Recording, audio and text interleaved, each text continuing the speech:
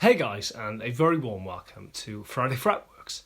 Firstly, just to say that this is a video that I kind of shied away from making for a couple of months now, I guess, purely for the fact that I am endorsed by Yamaha, and the last thing that I would ever want to be seen to be doing, or that Yamaha would want to be seen to be doing, really, is pushing a video in your direction with the sole intention of trying to influence something that you may buy.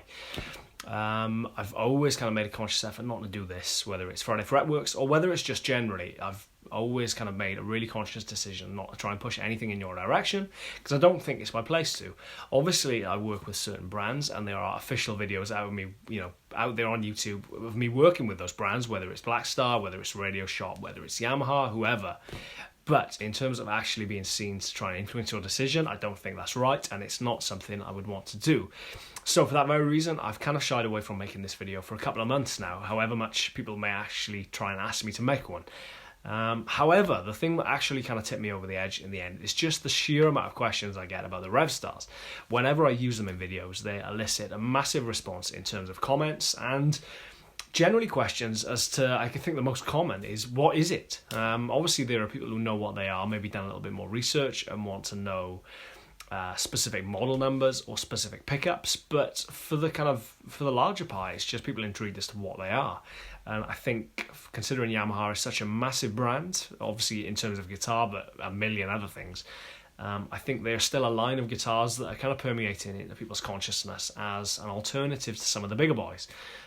So in that respect, I thought it would just be cool to give you a quick video just outlining why I use them, what they are, and more importantly, or most importantly, I guess, for guitars, how they sound, which is obviously the crunch point.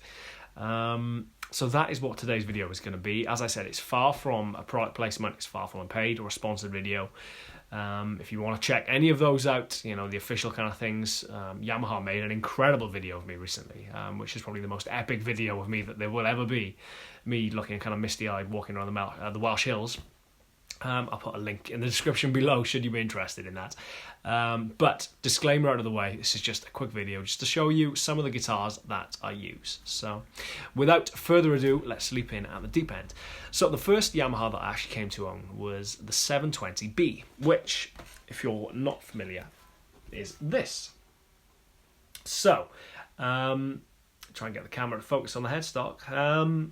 This guitar, I'll insert some kind of close-up shots of it here. This guitar came into my possession about a year and a half ago, which is pretty much when my relationship with Yamaha started.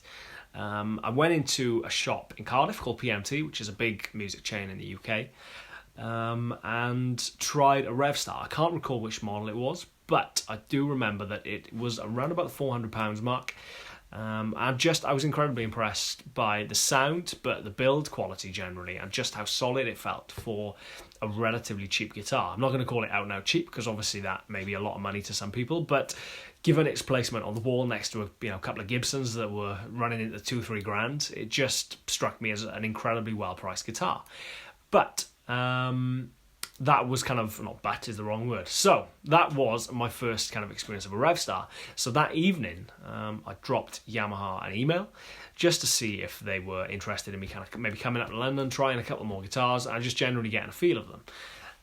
Had an email back on Sunday morning, about 8 o'clock on a Sunday morning, from Mark at Yamaha, who obviously I sent the email to. I dealt with Mark a couple of years prior with a previous band that I was in. They expressed a bit of interest in that band, but unfortunately the band didn't go anywhere, so neither did the relationship with Yamaha.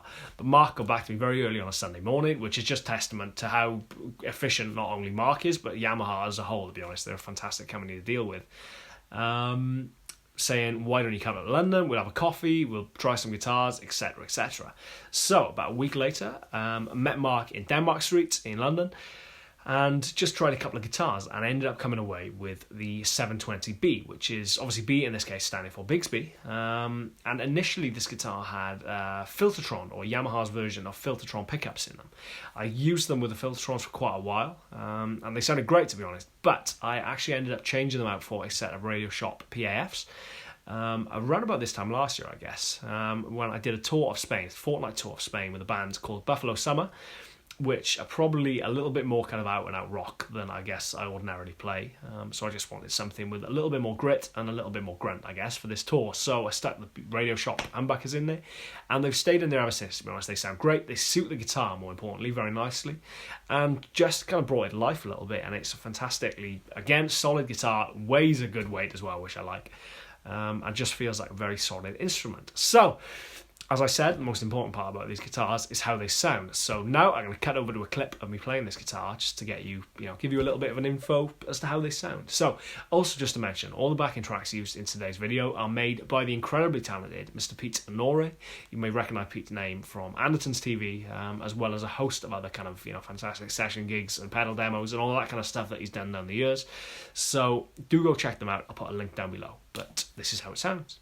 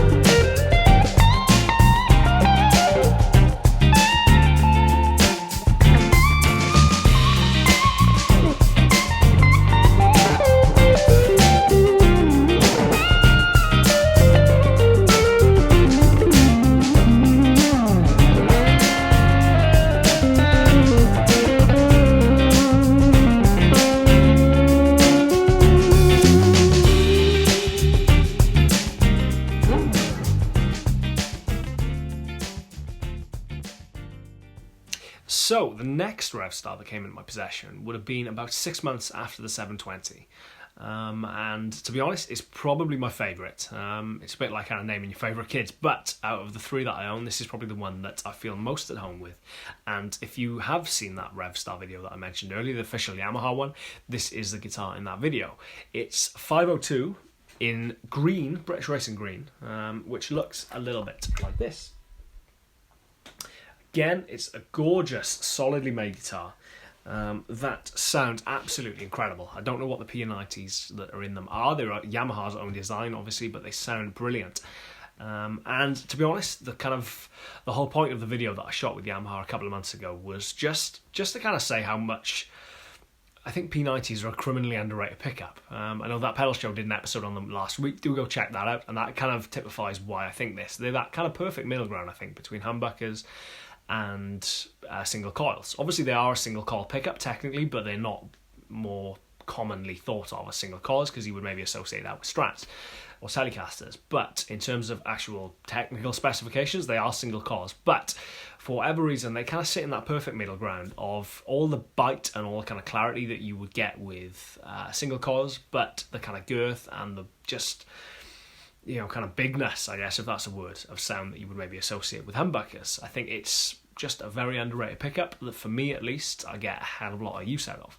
So that is the 502. As I said, it's in green, and it's the 502T is the specific reference number for it, or model number. And again, it sounds a little bit like this.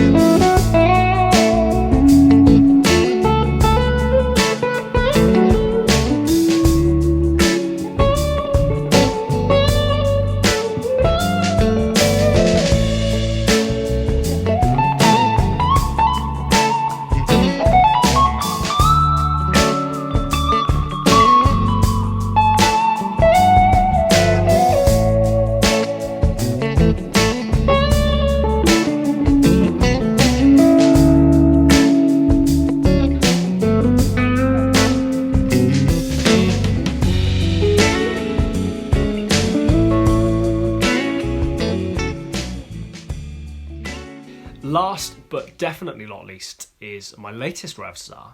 It's very similar to the 502T in that it is another 502, but in shop black, which looks a little bit bang like this.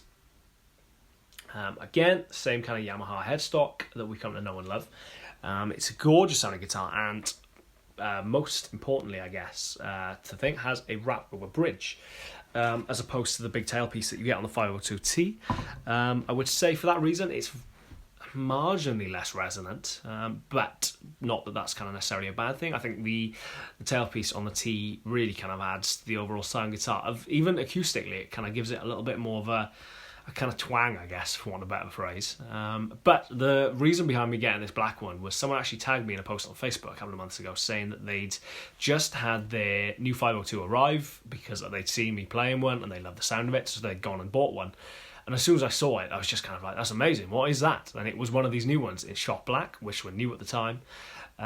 So a cheeky email to Yamaha later, I went on its way. And it's a gorgeous sounding guitar. I would say marginally the green one is probably still my favourite. They're both P90s. Maybe it is something to do with the tailpiece, I don't know, but it is just a very distinct sound of the green one. But that said, anyone who's seen the black guitar in a couple of videos that I've shot recently will probably agree that it is an absolutely gorgeous sounding guitar. That, again, without further ado, sounds a little bit like this.